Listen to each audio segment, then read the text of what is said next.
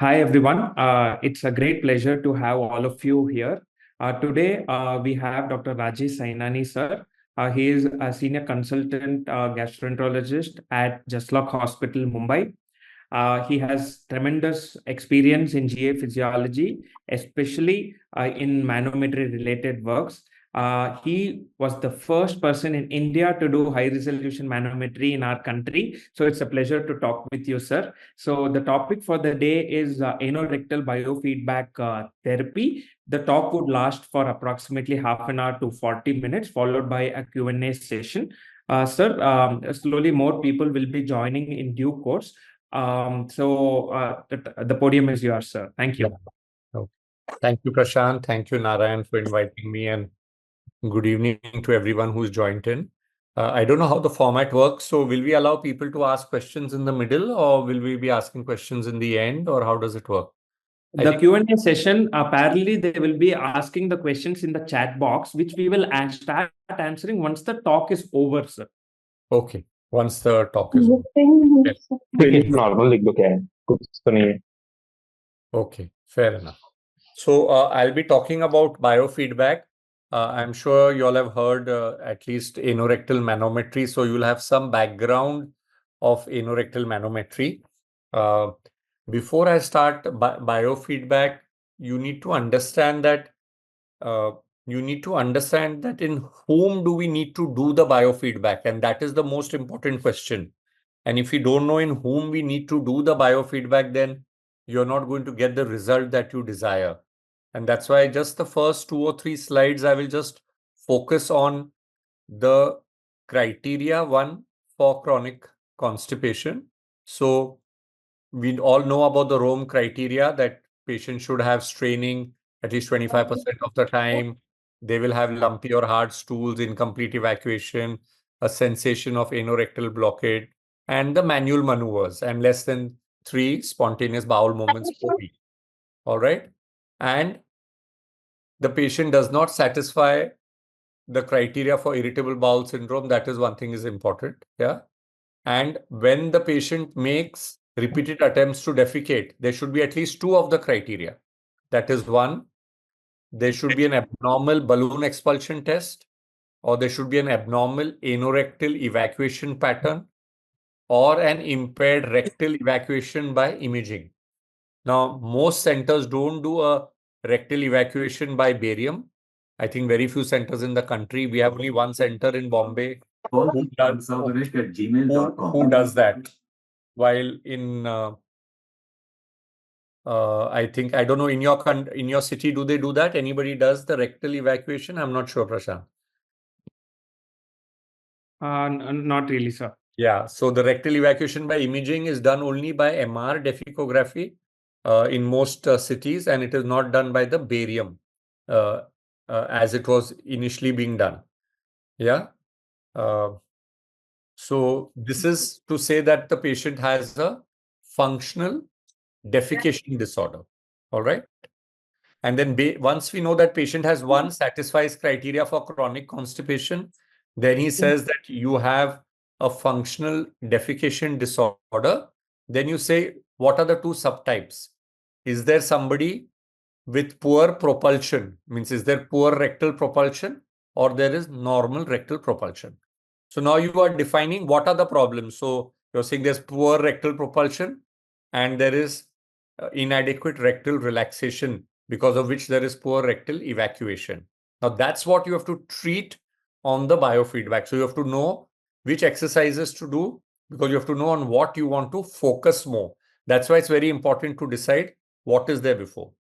And you saw here in the previous thing, the irritable bowel syndrome patients with constipation, usually they are the tricky ones, because when you have irritable bowel syndrome, then there may be a functional overlay. Those are the ones you need to very clearly define. Is this irritable bowel syndrome which is causing, because then the drug therapy is completely different, or there is an overlap of irritable bowel syndrome with a fecal evacuation disorder. So I think that's what you have to very clearly differentiate in these patients of chronic constipation and irritable bowel syndrome with fecal evacuation disorder. Okay, so first You have to listen to the patient. You have to make a diagnosis, even if you're referred by a manometry done outside. You as the center who's going to provide the biofeedback to assess, will this patient benefit by biofeedback and what exactly am I targeting? That's why just saying this patient is for biofeedback and like you said, send him to the technician to do it does not help. If you've not evaluated, you don't know what you're dealing, you're going to have an inadequate and unsuccessful biofeedback. We know this is the most commonest form of pelvic floor dysfunction that we see, that is called dysenergic defecation. You can see here that this is rectal propulsion. You all have seen in last time's anorectal manometry, this horizontal bar, this thing from here to here is the anal sphincter. The right side here are the different colors, are the different pressures. So dark pink and black are the higher pressures, while the lighter pressures are light pink and yellow. So how does this work? At this point, you can see that the patient has started to bear down. Bear down means pushing. So patient is doing good rectal propulsion. To say that the patient has adequate rectal propulsion, you should have at least 40 millimeters of mercury.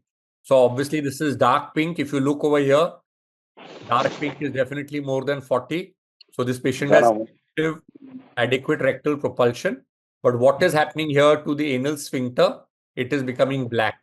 That means 60 is becoming 100. So the patient is paradoxically contracting the anal sphincter. So this is the most commonest subtype of dysenergic defecation pattern that we see, and the most commonest subtype that we need to help these patients for biofeedback. So here we have to predominantly concentrate more on the anal sphincter relaxation than the rectal bearing down, because here propulsive forces are adequate in nature. All right. On the right side here, you see the anorectal catheter and the balloon. This is the balloon that we use for the balloon expulsion test. And we also use the same balloon for the biofeedback. All right. So when we are doing biofeedback, we insert the anorectal manometry catheter exactly the same way as we do the anorectal manometry. And initially, we may not essentially inflate the balloon. We may do that in later sessions. Initially, you are just trying to teach them on how to relax the anal sphincter. Okay. So the 4 patterns that we commonly see, depending on what you want to do, this is described by Satish Rao. The type 1 is what I just showed you, the high resolution manometry image, where rectal forces are adequate and paradoxical anal sphincter contraction. Sorry. In type 2, there is no rectal or poor rectal propulsion, but paradoxical anal sphincter contraction. In type 3, rectal propulsion is adequate, but anal sphincter does not paradoxically contract, but it does not relax also. And in type 4, there is poor rectal propulsion and poor rectal relaxation. All right. And this is the center one is what looks like normal. Satish Rao also in one of his papers in DDW described 8 subtypes. I don't know whether this ever got published because I could not find eventually the final paper of these 8 subtypes. So the 3 and 4 remained same, but in the type 1 and 2 that he showed, he gave 3 subtypes to each of them. That's why they were 8. So in the type 1 and 2, he said in type 1, in which there is rectal propulsion is adequate and paradoxical rectal contraction, he said there is a type D, in which there is a diffuse anal sphincter paradoxical contraction. Means the entire anal sphincter, there is paradoxical contraction.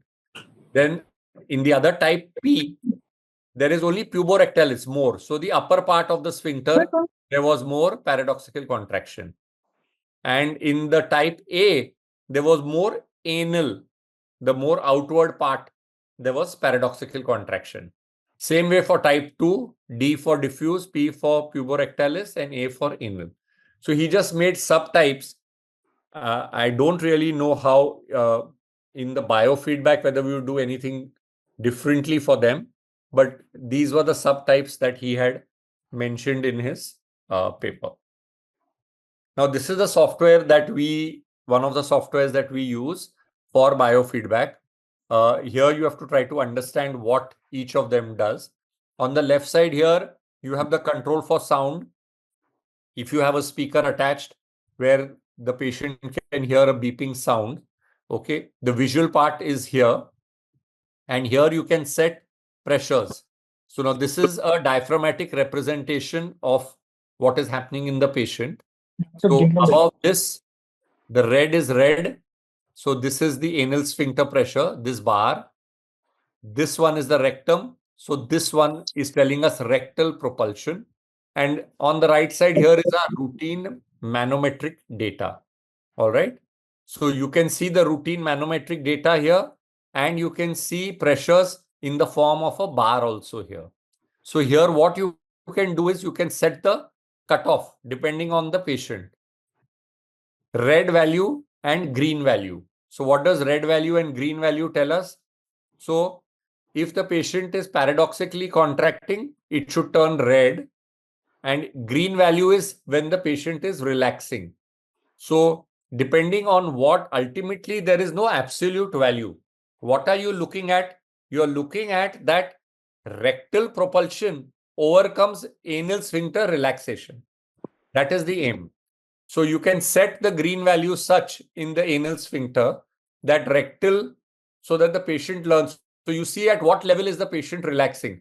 If the patient is able to, when you have done the anal manometry, if he's getting the anal sphincter down only till say 70 or 80 initially, you can set a green value say for 50 or 60 also to start off with. And then once he starts getting 60 very easily, then you can change, you can make it a little more difficult. Then you make the green value to 50. So you're trying to, so what he will do is every time he starts relaxing the anal sphincter, this red one, every time he touches that 60, it will become green. So you will say, yes, good, good, good. You are relaxing it. Okay. So you'll try to help him, try to motivate him to relax the anal sphincter more. Okay. So that is one way of doing it if you're using this biofeedback module of the manometry software. You can also continue to use the regular live screen either in this form or in the regular recording mode to do the biofeedback. Okay, I will show you that later. So when we are treating, as I told you, depending on what the patient has, you want to treat one, the paradoxical contraction, two, the inadequate propulsion. So that will be by the anal sphincter exercises, but you also have to do the standard treatment for the constipation. So you can't say that I will not treat the constipation. You have to try to understand what is the constipation. Does the patient need an osmotic laxative? Does he have associated bloating? Do you need a stimulant laxative? Yeah. Is there associated psychological distress because of the disease? Or is the patient having other psychosocial issues that need to be started? Do they need an SSRI or an amitriptyline? Usually amitriptyline will make things worse because of the constipation part of it, because of its side effect. So do they need any other drugs for it? And then, of course, the biofeedback exercises per se there. So you have everything will help little bit. So the standard treatment of constipation will help. In standard treatment of constipation, you will also tell them about their diet, their fiber, exercise, their water intake. You have to tackle everything. You have to tackle the whole patient as you would any other patient. You can't do only biofeedback and hope for some magic. All right. So in standard treatment, as I told you, you will increase the fiber and fluid intake. You will avoid any constipating medicines. You will increase the exercise. You will teach them about time toilet training. Why time toilet training? Because the natural high amplitude contractions are maximum in the morning on waking or after eating breakfast. So those patients who don't get the urge to pass stools early in the morning will be told to eat an early breakfast and try again in the morning. All right. And how long do they sit? You tell them to sit for not more than 5 to 10 minutes. And when they have to push, if 0 is no push and 10 is maximum push, they should not push more than a 7. Many of them are using their fingers to do digital disimpaction or using a jet spray assisted evacuation. This has to stop. There is no drug in the world which can make them stop unless they are willing to stop it. They will keep insisting that without it, they can't pass. You have to try to convince them that unless you don't stop, this biofeedback is not going to help you, because your rectum is going to will never be satisfied of complete evacuation unless you stop using your finger. Avoid enemas, avoid suppositories, because the relief that an enema and a suppository gives is far more than what a normal evacuation gives. And these patients are used to that complete sense of evacuation or cleanliness, you can say, of their rectum, which they want every day to kind of feel. So definitely you have to tell them to get off the enemas. Laxatives, any laxative of your choice or the patient's choice. I'm not fussy about it. Whether you want to use polyethylene glycol, whether you want to use lactulose or lactitol or anything that you want, you have to understand that some of them are using fiber-based laxatives usually worsen patients' symptoms. They also cause bloating, and a lot of these patients suffer from significant bloating. So I usually avoid any laxative which worsens their bloating. You have to teach them a little bit about the pelvic floor, especially if they have some amount of education or some amount of knowledge. Tell them how at rest and squatting helps them, how it helps open ups the anorectal angle. So teaching them about passage of stool is also part of the biofeedback. And if you're not going to teach them, it does not help them as much. So you have to teach them about squatting and straining. Yeah. And why is it important? Because there have been studies which have seen that patients who pass stool in a squatting position, the squatting position is of the Indian toilet, need lesser time and lesser expulsive effort as compared to the sitting position. Okay, depending upon the height at which they sit. But now most of our Indian toilets are the commode type, and only in certain homes we still have access to squatting. So then what can one do? So the only option you have is to tell them to buy a stool. Now, depending upon the height of the commode, you have to tell them the height of the stool that they need to buy. So if you have a 40 centimeter height of the commode from the floor, you tell them to buy a 7-inch stool. And if you have a 45-inch height, then you tell them to buy a 9-inch stool. The stool should not be narrow. It should be wide so that your legs are far apart. And this helps to open the anorectal angle. The aim is that as you can see this person sitting, the knee should be higher than the hip joint. That's the most important thing. So that helps open up the anorectal angle. All right. So knee higher than the hip joint, arms a little forward, as you can see here, and the whole body bent a little forward. That's the correct position that you need to teach them and educate them that that's how they need to sit to pass stool. The treatment of the psychological distress is very important. If you can convince them to see a counselor or a psychiatrist, that's excellent. Usually most patients don't agree to see one in the first sitting. So I will usually tell them in their second or third sittings to see one. They have a higher prevalence of anxiety, depression, or especially an OCD or a fixation of their passing of their stools. They may have an associated somatization or psychotism, or they may have a past history of sexual abuse. as seen in the Western literature. So many times in some patients, if we see them overtly anxious or depressed, we may just start an SSRI and tell them that we are not treating you till you take this drug for 1 month and come back to us after 1 month, because you are not going to get better, because mentally they are just not ready to accept any treatment. So either they should be willing to see a psychiatrist. If they are not, then you treat them initially and then send them later once they are ready to see, and then start their biofeedback. The goal of biofeedback is to correct the paradoxical contraction or to correct the incoordination between the abdominal muscles and the puborectalis, yeah, and to achieve a complete evacuation. Also, the goal is to enhance the rectal sensory perception who have impaired sensation. So if you have somebody with a megarectum, how do you know that somebody has a megarectum?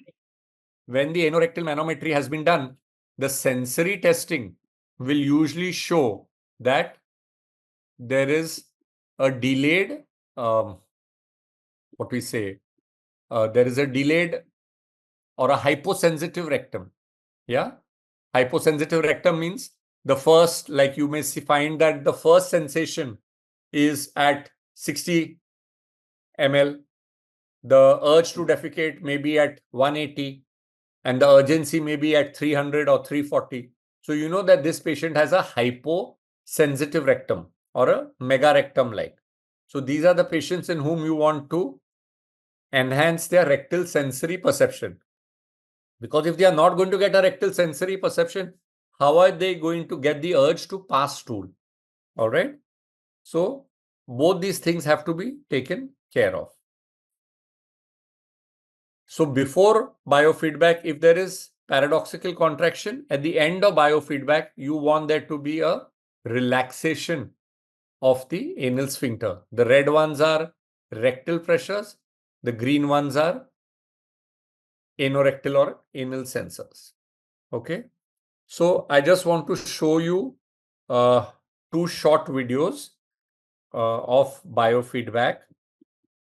So we are looking at the left one first.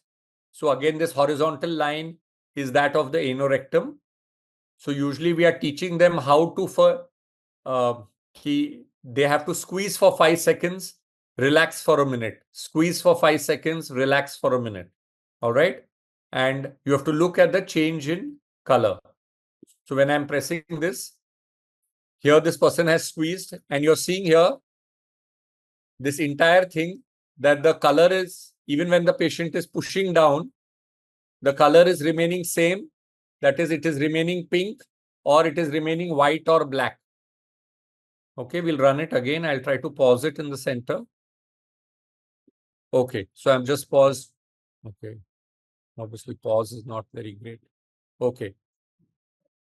So here you can see that when the person is pushing down here, it's remaining quite same as earlier. There's not as much relaxation as one would expect.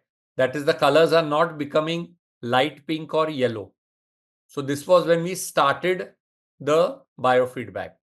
And this on the right side, now I'll show you what happened after 4 sittings. So that was a squeeze. And then you see what is happening here. You can see how this patient is relaxing. Okay, I'll play it again for you.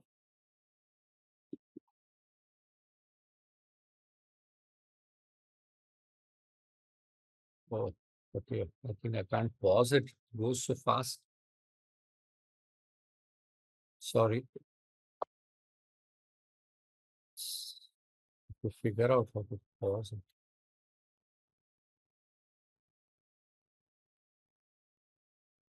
Yeah. So you can see here that after the squeeze, when the patient here is now trying to push down, patient is able to relax it. Okay. So this is what happens when you do multiple sittings of biofeedback. We were lucky that this patient responded within 4 sittings, but sometimes it takes 6 sittings, 8 sittings, or even more than 10 sittings to achieve this kind of response. Yeah. So the exercises are predominantly squeeze. Why are we teaching them how to squeeze? Because many of them don't know which muscle to relax. Squeeze or Kegels is something that most of them know. You will see that when many of them are squeezing, they may be using one anterior abdominal muscle. They may use their thighs, they may use their buttocks, they may lift their whole pelvis up. So this is what you have to be observant and say that they don't need to use all these accessories muscles, and all they need to use is their pelvic floor or their sphincter muscles. So you have to observe these things and guide them if they are incorrectly tightening these additional muscles. So once they figure out which muscle to tighten, then they will understand which muscle to loosen. Now, to relax a muscle, people may use different ways. Some people can relax a muscle below baseline without trying to push or without trying to bear down. In this example which I showed you, you can see that this patient was needed to bear down to relax the anal sphincter. Some patients will need to bear down to be able to relax, but there will be many who will be able to relax the anal sphincter even without bearing down or without raising rectal pressures. So you have to see what is it that the patient can understand and what is it that the patient can do. Repeatedly, patients will tell us, can you show us how? Can you show us how? These are internal muscles. There is no way either you or me or anyone can demonstrate to them as to how to do it. So the tightening helps us to teach them which muscle to relax. And then as they keep practicing on the machine, they figure out which muscle to relax. And then they practice the same exercises at home for maybe 15 minutes twice or thrice a day. And then when they come back for repeat sittings, usually after a week, then they see how they are doing and whether they are able to relax their muscles or not.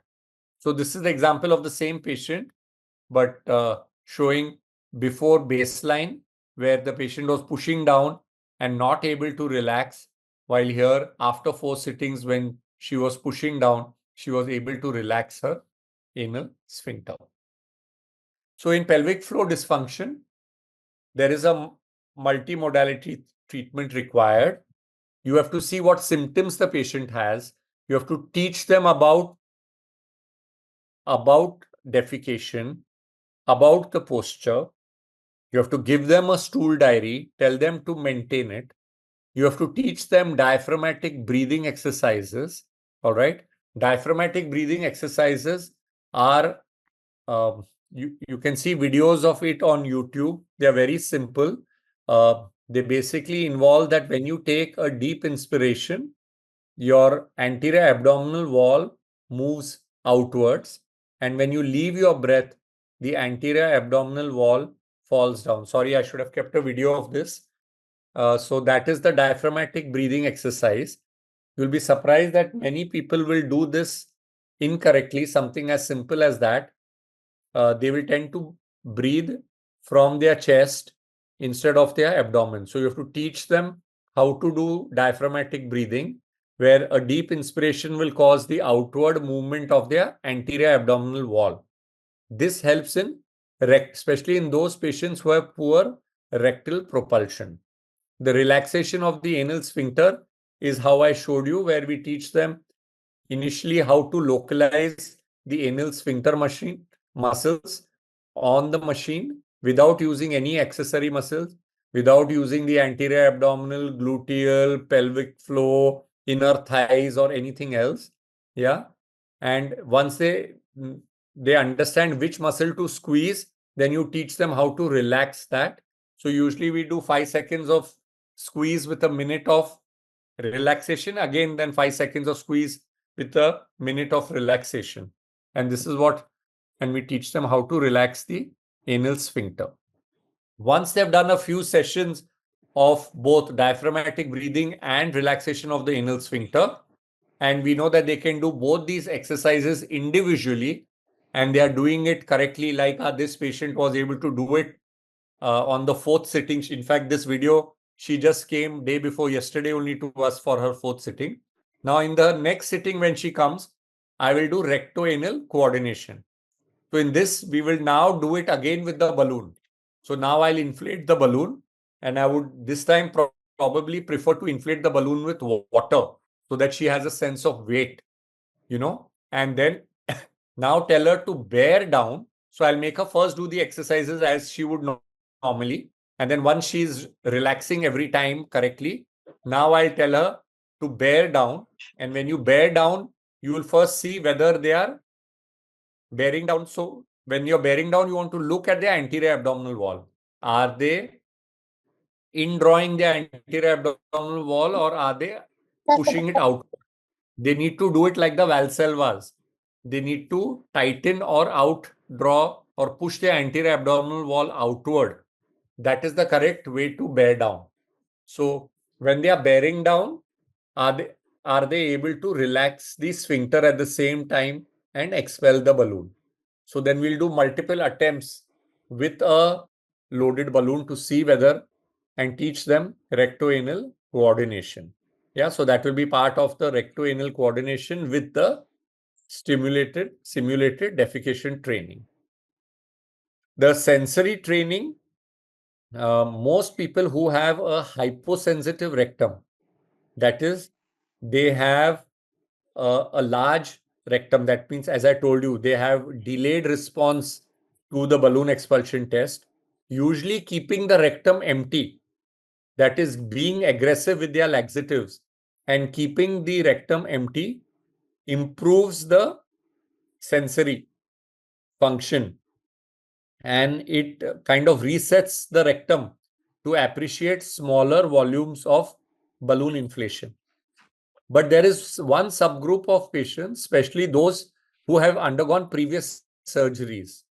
So if a patient has undergone a star procedure in the past, or has undergone some other anal surgery, or has an SRUS, these people they may have associated dyssynergic defecation, but with a hypersensitive rectum. So they will get an urge with first sensation 20 cc, urge to defecate 60 cc, urgency at 80 or 90 cc. So these people need the sensory training to reduce their hypersensitivity. So in these people, you can do graded inflation of balloon. So say if they are hypersensitive or if they get the pain at say 80 cc of balloon inflation, you inflate the balloon till 80 cc and leave it there for a minute. Then deflate it. Then now raise it to 90 cc and keep it there for 1 minute. Then again deflate it. Then again inflate it to 100 cc. See if it is tolerable. So you have to gradually, at small aliquots of 10 cc, inflate the balloon at every time they come for biofeedback. So usually I do the sensory training at the end of the biofeedback session for those people who have a hypersensitive rectum, to help them appreciate a larger volume of balloon inflation. But these are the very difficult patients. Why? Because a person who's undergone a star procedure, you made his rectum anatomically small. Now, to retrain a rectum to appreciate large volumes of balloon inflation, it's a very big challenge, and they are extremely difficult, I feel. And I think these are the patients who have an extremely poor response to biofeedback. I usually prefer to do sittings of local patients who are from the same city on a weekly basis, and I do between 6 to 10 sessions and then call them for reinforcement at 3, 6, and 12 months. But if patients are coming from overseas or from different cities, I may do more frequent sittings, like I may do 4 sittings back to back on a daily basis, and then maybe call them after 4 weeks. There are some studies coming up of longer sessions, So they are saying, can you do sessions of, I think there's some study from Vellore or somewhere, where you can do sessions of 1 hour, but do 3 or 4 days. And they have also found a better response rate. So I think gradually you'll have more data of doing sessions, longer sessions for shorter duration to give a better response rate. There are multiple international studies. The last 2 studies are Indian studies, Indian data, which have shown that biofeedback in Indian patients have a response of about 65 to 70. That means out of every 10 patients you do, 4 are not going to get better. That is something you need to tell your patients when you start doing it, that that's going to be their response rate. Otherwise, many of them are lost to follow up. Many of them are upset that you've called them so many times and they did not get better. So now let's talk about biofeedback in incontinence patients. So in fecal incontinence, there is uncontrolled recurrent passage of solid or liquid feces in anybody who is more than 4 years of age. And there are 2 types. One is urge incontinence and other is passive. In urge incontinence, there's a desire to defecate, but incontinence occurs despite efforts to retain the stool. While in passive incontinence, it is characterized by lack of awareness of the need to defecate before the incontinence episode. So what does it tell us? Urge incontinence means I want to go to pass stool, but before I could reach, I could not control and it passes in my clothes or in my underwear. So this is telling you that the problem is most likely the external sphincter, the voluntary muscle. Passive incontinence is that I suddenly leak stool, lack of awareness. Okay, so this is most probably the internal sphincter. All right, so that's very important to differentiate when you first see the patient, that what type of incontinence you're dealing with. Of course, you have to try to find the cause. Is there a structural defect? Is there a functional defect? Is there a fecal overflow incontinence? Or are there any medications or laxative misuse which is causing it? Is there uncontrolled diabetes? Is there radiation in the past? Is there a neurological index? So if you don't know the cause and you're just trying to do biofeedback, it's of no consequence. Yeah. So you need to find out the cause, because based on the cause, if it's radiation induced, you may want to see what can you do to change the stool form instead of trying to do biofeedback, because the cause may not be in the anal sphincter. All right. So you have to ask certain questions. Is the patient truly incontinent, or does the patient have a frequency and urgency without incontinence? All right. That's a very, very, very important question. How long the symptoms are present? Is it a minor or a major incontinence? Is there urgency? Is there fecal impaction? Is there a background history of diarrhea, like something like diabetes with autonomic dysfunction? Could any drug be contributing? Metformin, and there are so many other drugs which can be causing diarrhea. Did the patient have vaginal deliveries in the past? A lot of women who come in their postmenopausal state, but have had a forceps or a prolonged labor initially, will now come with urgency and incontinence postmenopausally. So if you've not taken this history, you will miss as the cause of the fecal incontinence. Is there pile surgery, hemorrhoid surgery, pelvic radiation? Is there a neurological disturbance, or is there uncontrolled diabetes? So please talk to your patient. Even if they have been only referred for incontinence, you need to find out the what and why you're doing the biofeedback. Of course, you need to do a good PR before you do. Look for hemorrhoids, look for prolapse. Is there a rectal prolapse? Is there a mucosal prolapse? Check for the anal reflex. Why do you check for anal reflex? Because it tells us the spinal arc, whether between S2 and S5 is intact or not. Is there impacted stools or not? What was the basal sphincter felt on PR? Can the patient squeeze? Is there perineal descent or not? If the patient strains while squeezing, does a rectal prolapse occur? All these things have to be looked at before you start biofeedback. So when we are looking at a patient with fecal incontinence, we know that this is how a normal looks like, and the right side is just an elevated pressure. But the lower two are ones with hypotensive anal sphincters. All right. So when you're looking at this, we are looking at a patient in whom the basal anal sphincters are hypotensive.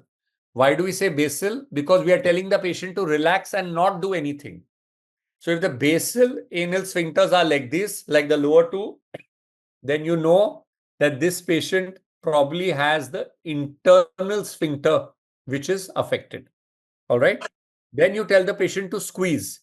If he can squeeze like this, your internal sphincter is great. If he squeezes like this, the middle one, you have a weak squeeze. So you know the external sphincter is affected. This one, you can see that the basal pressures are low and squeeze is also low. So in this patient, you have internal sphincter also affected and external sphincter also affected. All right.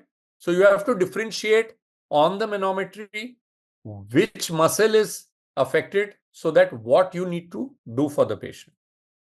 Again, for incontinence, you will be showing a visual, auditory, or verbal means where a simple task like contraction of the anal sphincter is taught. The EMG type is done usually by the physiotherapist, and we do the manometry type. Most of our incontinence patients usually go to our physiotherapist rather than to us, because especially like the last example I showed where the internal and external sphincter is affected poorly, they also do Faradic stimulation with the EMG machine. So, and Kegel's exercises are very simple to teach. Most patients can do it very easily. So after we make the assessment, we may do 1 or 2 sittings for fecal incontinence, but then usually because they also have to receive, the surgeons will usually want them to see if Faradic stimulation may help them. They are usually sent to the physiotherapist to do the anal strengthening exercises. So we are telling them to improve the motor strength. So we are telling them, can you squeeze?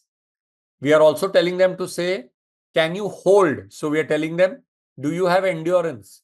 So if now they can hold only for 5 seconds, can you increase the endurance by ability to hold the squeeze for 15, 20 or 30 seconds?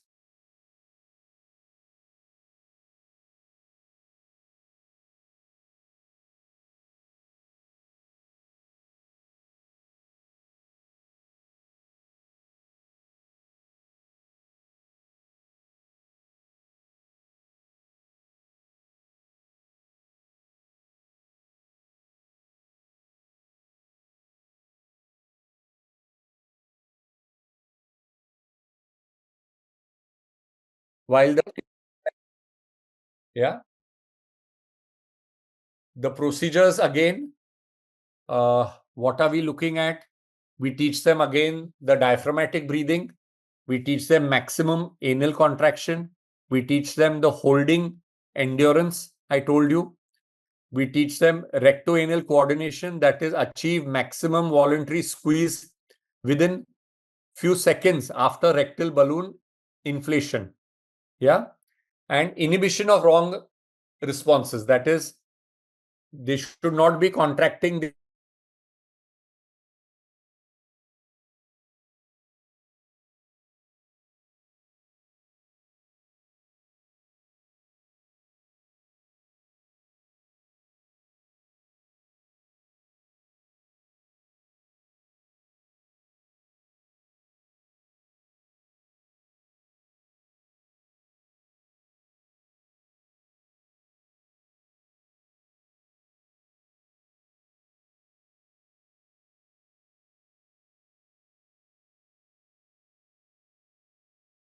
We'll look at the chat box for a few of the questions and answer them accordingly. So, opening the chat box. Yeah, 1 second. Sure. Yeah.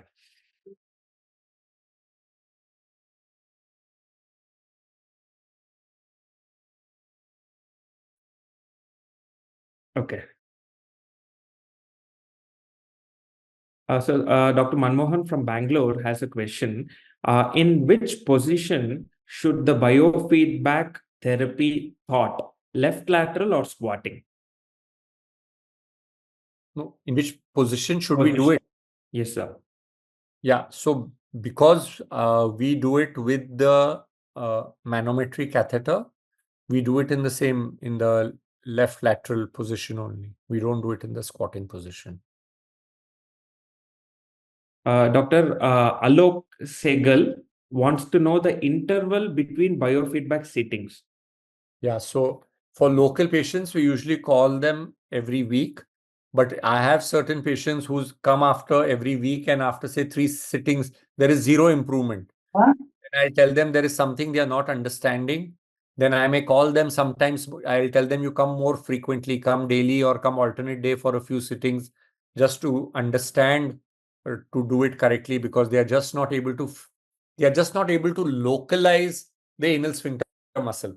They will commonly come and say, Doctor, I don't know what I have to do. I am not able to understand what you're telling me. So in spite of doing 2 or 3 sittings, they are just not able to localize. So then I will tell them to come more frequently. How do you teach about the angulation to the patient? So do you show a picture and tell them this is what you're doing, this has to happen? How do you go about it, sir? Anorectal angle. Sir, can you unmute yourself? Can you unmute? It was muted, sir. Oh, so did you hear my previous answer or no? Previous answer we heard, sir. Just last 10 seconds, we could not hear you. Sorry. Yeah. So for the angulation, there is no, I don't necessarily show them the picture, but I make them sit at the edge of the bed. And I usually either get a stool to show them how to lift their legs up, and I show them the position that they need to sit as if they're sitting on the commode.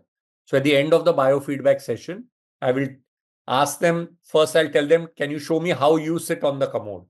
And they will kind of show how they are sitting or hanging with their legs hanging down or whatever.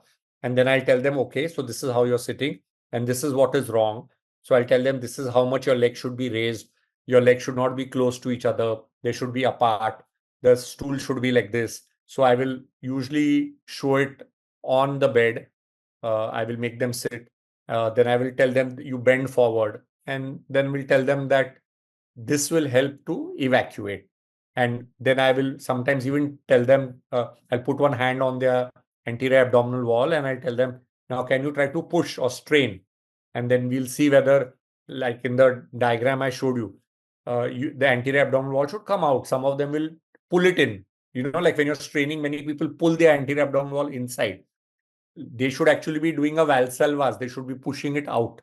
So then you tell them, no, you're not straining correctly. You're incorrectly straining. So you teach them the straining properly. This is not part of the exercise. This is just to say that this is what you have to do when you're passing stool. So just these few things. And then when they come back for a follow-up, then you again ask them, are you doing that? Did you buy a stool? And does it make a difference and things like that? And if they had any issues with it, that is there. There are an occasional person will say that they have an Indian toilet, but I think at least 90% of our patients don't have access to an Indian toilet. Okay. Sir, diaphragmatic breathing. With inspiration, the anterior abdomen wall comes out, and with expiration, it goes inside. So when we translate it to while uh, defecation process happens, the abdomen should actually come out. So Yes. does it mean that it actually, at the time of inspiration, it should happen? Yes. So how do you do Valsalvas? Valsalvas, when you take a deep breath in and you tighten your anterior abdominal wall. You should not be indrawing your anterior abdominal wall when you're doing a Valsalvas, basically. So you should be pushing your anterior abdominal wall outward eventually. That is when you're straining. So that part will come actually more when you're doing the recto-anal coordination part, which I told you, which I will do after 3 or 4 sittings. Initially, I will just tell them to do diaphragmatic breathing separately and anal sphincter relaxation separately. I will not mix the two. I will not confuse. And if some patients are very confused with the anal relaxation exercise, I will not even teach them the diaphragmatic breathing initially. I'll say, no, you first figure out one. You have to see the intelligence of the patient. If you see the Dr. Satish Rao's talk, he had said, in fact, in his institute, somehow they find that a lot of the patients cannot do diaphragmatic breathing. And he says, for the first 15 days, we just tell them to master diaphragmatic breathing, and then only we start the anal exercises. Because we feel that if you don't know diaphragmatic breathing correctly, you're not going to do the anal exercises properly. That was his kind of tip or whatever mentioned in one of his talk that he had said. So it's, I think, different for different population. I somehow find that our male patients can somehow do the diaphragmatic breathing much more easier. The women struggle much more. I find that patients, if I tell them to sit up and do, many find it difficult. They can do it easier when lying down. So I start with all of them lying down. And if they get confident doing it lying down, then I say, okay, can you sit up and do it? It's that way. Okay, sir. Next question. What are the exercises which has to be taught? Any images are there so that we can show and teach them? He's also asked, what are the journals which we can send for anorectal manometry studies? Yeah. So you cannot show the patient any picture because there is no picture. It's an internal muscle. That's why they have to do it on the machine. And that's why you have to do it on the manometry machine or an EMG machine, where you have to see that the anal sphincter complex is relaxing. So you have to see from the pressure reading that they know how to, at will, they can contract and relax it. So, like I said in my talk, that I usually first teach them how to contract it, which 90% of the patients can do. You will find about 5 to 10% of the patients who don't know how to squeeze, and they are very difficult.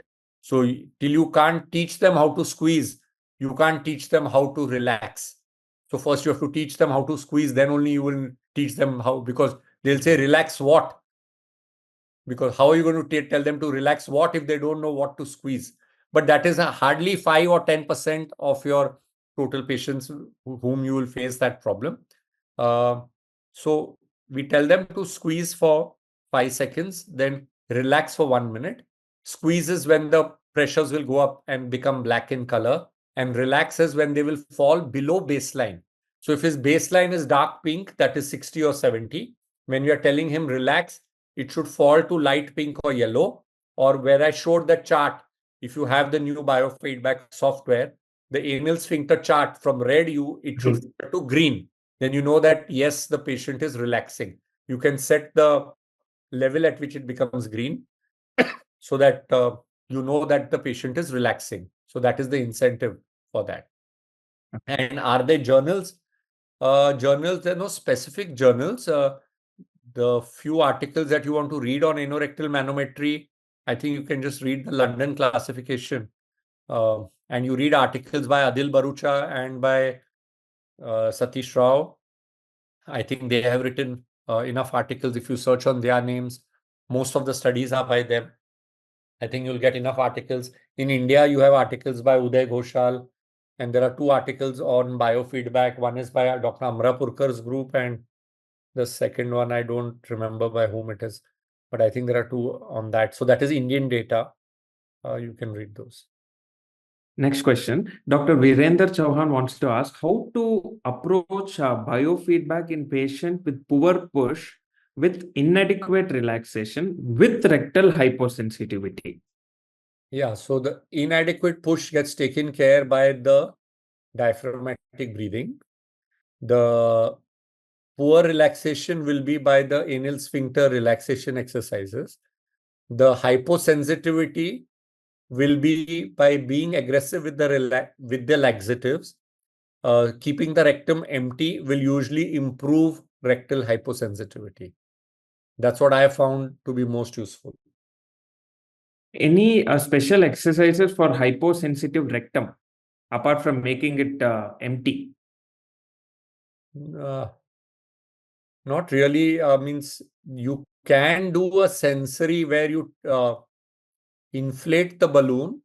So if they are getting a sensation at say 200, at 200 ml of balloon inflation, the next time you inflate it slowly and tell them to try to perceive and try to see if they can perceive at a lower limit. But whenever we have tried that, what I realize is that most people actually, once you've inflated till 200, next time, because there's in a normal body's response, there is actually rectal accommodation. So actually the next response comes at a higher level instead of it coming at a lower level. That is the normal body's response. So I have not found rectal sensory training to help very much in my experience to lower the rectal sensory. Keeping the rectum helps. In a hypersensitive rectum, yes, it has helped. But in a hyposensitive rectum, with the balloon, I have not found great this. I'm very aggressive with the laxatives. Sometimes I even tell the patient ki every night before your dose, you have to send me on WhatsApp what is the dose. So you have to do that for the first week or 10 days because they are the ones with mega rectum, mega sigmoid. And if you're not aggressive, and then I'll tell them like 60 ml lactulose. Next day morning, not pass, again 60 ml. Means you need a doctor to be able to tell them this. You can't tell them, okay, take 30 ml and come to me after 1 week. You can't correct rectal hyposensitivity like that. So I tell them for a few days, and especially even children, they have those oncoparesis with large colons and rectal hyposensitivity. For at least a week, every day, the mother has to message me and tell me only then you can keep the rectum empty. That's literally the goal. The next question, sir. The newer classification, that's the London classification, has different classification system. In which set of patients should we consider biofeedback? Subset. No, it's just the London classification is exactly as the old. It's just like the negative way. It's just the way the English is put. Ultimately, it is the same as that wherever there is inadequate rectal, means it's the wherever the dyssynergia criteria are satisfied, where there is inadequate rectal relaxation, those are the ones. So either there is paradoxical contraction or inadequate rectal relaxation. If either of these two and an impaired balloon expulsion test, so the criteria remain the same. The London classification has only changed the English grammar for the classification. They have not changed anything else. So it just looks all confusing. I mean, even I have to read that sentence twice to understand, okay, this is anal hypotension, that way. So you just have to, the criteria has not changed. The criteria still remains paradoxical contraction. So they'll say lesser than the upper limit of normal or lower than the upper limit of normal. They're just using different English words. The criteria remains the same. Okay. Dr. Aditya has asked, any role of botulinum injection for anal hypertension? So there isn't a role. Some colorectal surgeons seem to use it, and they seem to be doing Botox and then sending to us pre and post for biofeedback.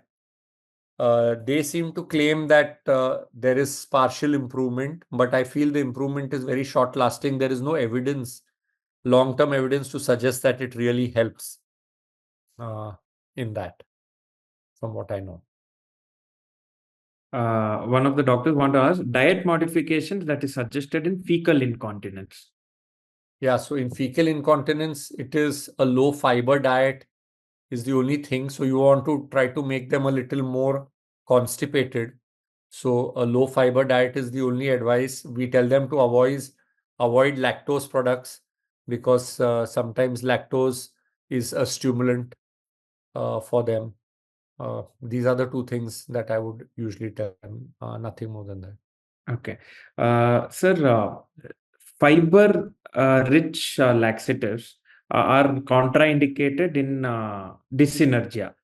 Any reason for that? Is it because of the rectal, or is it just because of the bloating? Yeah, mainly bloating. So most patients with fiber-rich laxatives will get actually worse. Their symptoms will get worse. They will be often complaining. So I usually never use any fiber-containing laxatives. In fact, if patients are, because nowadays you're getting these combinations of fiber also, with the osmotic, which is an irrational combination, but many patients are taking it.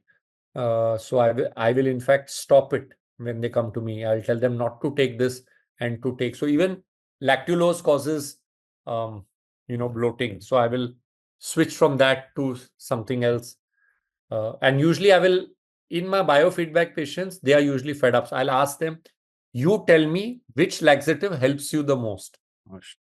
And some of them will swear by some of their own home remedy or Ayurvedic. And some of them will say that actually laxatives makes it worse. So I'll say, okay, don't take a laxative then. So there are some biofeedback patients who are not on a laxative. There are some who are maybe only on prucalopride. There are some who are on some of the Ayurvedic. So I listen to what the patient says, what he or she is comfortable with. And then if they give me a choice, no, doctor, you suggest anything is okay, then I'll give them an osmotic laxative. Next question has been asked by two doctors in a similar way, Dr. Gautam and Dr. Mandar. So one is asking, what is the average cost per biofeedback session? And the other doctor has asked, what are the charges and do you charge per sitting or for the entire therapy? So we have both the options in our hospital. We have access to biofeedback in 3 hospitals, and the charges are between 4,500 to 6,500 per sitting. And we have packages that if the patient can take an option of 6 packages or 10. So I think if they take 6 package, they get 6 sitting, they get 1 sitting free. And I think if they take 10, they get 2 sittings free or something like that. So if a patient is convinced that, yes, I'm going to do the thing, then they will take, and they take the whole package. If they are skeptical about it, because many times these people are who will come, oh, doctor, I have seen 1, 2, 3, 4.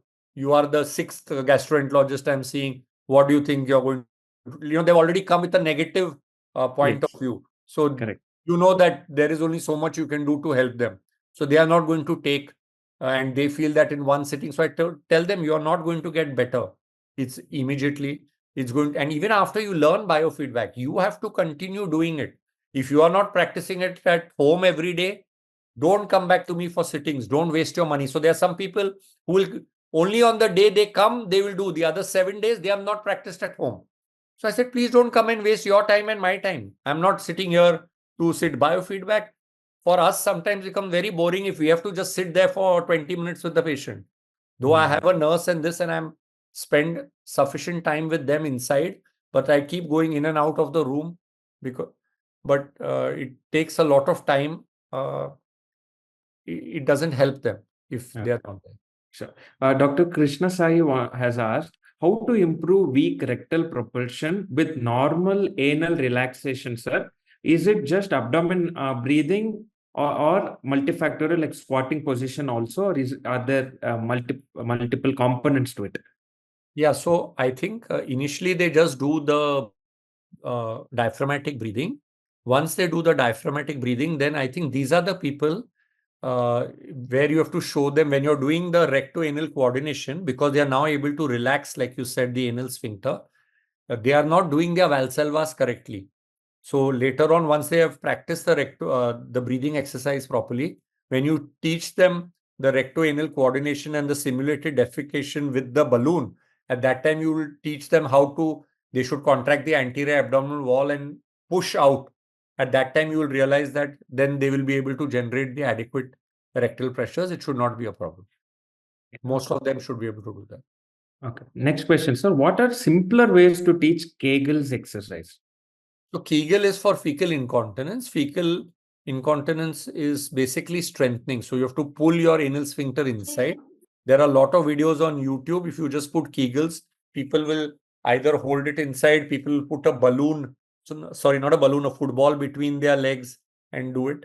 All the women, all pregnancy, all gynecologists, I think, teach the women postpartum Kegels exercise to strengthen the pelvic floor.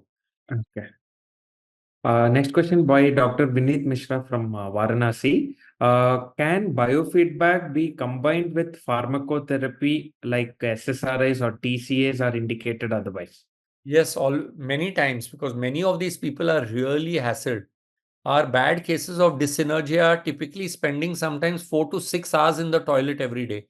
Some get up at 2 a.m. to go to work at 8 o'clock. Some people who are businessmen never leave their home before 12 noon. They are not willing to come for an anorectal manometry before 12 noon because they feel they need to go 6 or 8 times before they come to the toilet. They're so scared to leave home. So it really affects their mind. And in a whole lot of these patients, I would use SSRIs. I also want to use SSRI because if they are doing digital disimpaction, the urge to put the finger is so high. The feeling of incomplete evacuation is so high. They need something to reduce that habit forming. Though you keep telling them, please stop, please stop. So they will keep telling, earlier I used to put it 6 times in a day. Now I'm putting it only once in a day. Doctor, I'm better, I'm stopping. But they are not stopping. Like even till the sometimes third, fourth sitting of biofeedback, that means almost till 1 month, they have reduced it only to, they have still from maybe 6 times a day, they have reduced it to once a day, but they have not stopped it. So it takes time. We also know SSRIs take time. I don't use TCAs because of the side effect of constipation. Diazepine because I feel it helps them. So I use, for those who have lack of sleep, I will use mirtazapine. If they don't have lack of sleep, I will use, because I'll use, I'm comfortable with these two. So that's what I use. Okay. Some of them have a body image disorder where they feel, they are just not satisfied. Then means by the second or third sitting, I start suggesting, do you want to see a psychiatrist? Don't you feel you should see a counselor? And things like that. I start suggesting. Some of them are open. The younger patients, I think, are more open to see than the older people. Somehow the young generation is very willing to see. We'll take up That's what I've noticed. two more questions, sir. Dr. Krishna Sai has asked, please give your insight of biofeedback in colonic aganglionosis. Oh, I don't think it's going to work And in a cases, yeah. Means you are talking about Hirsch. Post procedure, do they come up with any incontinence or? Means like Hirschsprung's is that? Yes, sir. No, I don't Yes. think we've ever been referred that way after aganglionosis to do. I think the pediatric people handle them and they usually don't have an issue. Means whether they have incontinence. Again, I think there they just need toilet training, keep the rectum empty, and most kids do well in a surgery well done. At least I have not seen. I have never been referred. Okay. Sir, what is the role of physiotherapist here? There was especially one maneuver stimulation that was mentioned by you during the talk, Fairlich's stimulation. Yeah, in fecal incontinence. In fecal incontinence, there are some physios who do Faradic stimulation, especially in patients who have we can't do anything for the internal sphincter. All our biofeedback works for external sphincter. So we really can't do much for the internal sphincter. Okay. Some of the colorectal surgeons will do a gracilis graft and things like that. So if there's a very weak internal sphincter, traumatic injury and things like that, so they would try Faradic stimulation is what, or a post, they're doing nowadays ultra low anterior resection with the robotic, I think, or they're doing intersphincteric ARs. You're getting some intersphincteric ARs. Some surgeons are doing robotic, I think. And then those where the length of the anal sphincter is also reduced. And so they get delayed in closure of the colostomy. Instead of the usual 3 to 6 months, they are coming up to one year. They are having very low, anal sphincter, and especially in them, the internal sphincter is damaged. So you can do only so much. You can't do more than that. More than that. Okay, sir. We'll take up one last question, sir. I'm free. Any role of in ultra short Hirschsprungs which present in adults? No, the role is not of biofeedback. The role is of anorectal manometry to diagnose it. Diagnose. Ultimately, we use anorectal manometry. If RAIR is absent, we send them for a full thickness rectal biopsy. And if it is present, if the ganglion cells are absent, then they do the surgery, the pull-through surgery. There's no role of per se biofeedback per se. Great, sir. Sir, thank you. Thank you for this wonderful session. We have had a lot of Q&As appropriately answered. Thank you, sir. It was real pleasure to have to get an opportunity to speak to a person who has done the first manometry in our country. So it's a pleasure, sir. Pleasure is ours. I would also thank Dr. Reddy Stocks for helping us organize this entire talk and get you here. Thank you, sir. Thank you, Narayanan. Thank you, Prashant. Thank you, you, everyone. Okay. Bye-bye. Thank you. Thank you.